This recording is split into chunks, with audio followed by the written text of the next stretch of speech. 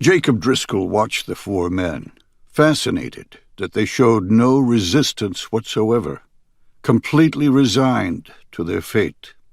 A fly landed on the forehead of the nearest one, the one he was to kill, and the captive let it crawl about, tasting his sweat. Jacob listened to the spokesman continue to rail in Arabic. A small crowd gathered in the square, outnumbered 2-1 by the gunmen. He didn't understand the language, but could guess at what was being said. "These men are traitors. This is the fate that befalls all who oppose the Khalifa. Stand with us, or suffer the same."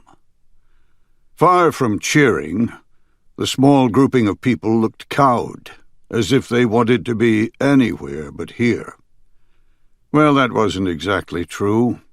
They'd rather be on the outside watching than on their bellies with their necks stretched out. The spokesman droned on, building toward a grand spectacle, his black tunic covered in dust, the AK-47 swinging about with his body language. And Jacob knew it was coming close. Execution time. His first. In the 7 months he'd been inside the cult of death known as the Islamic State, he'd witnessed many, many executions, acting as a gunman on the periphery, but he'd never done one on his own. Not that he minded killing, it hadn't bothered him in the past, but the action had always been at the barrel of a gun, and he wondered how this would feel.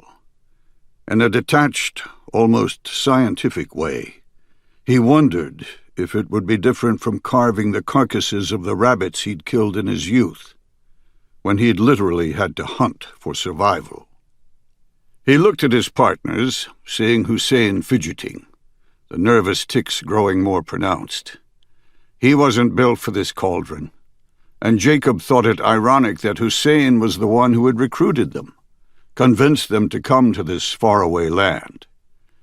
Not that they had many alternatives after fleeing the cesspool of rehabilitation they had been placed within. Killing the guard had ensured that. Carlos and Devon, now known as Yusuf and Talib, showed no such hesitation. They had embraced the cult of death completely, changing their names and fervently soaking up the Salafist ideology like a cactus in the rain.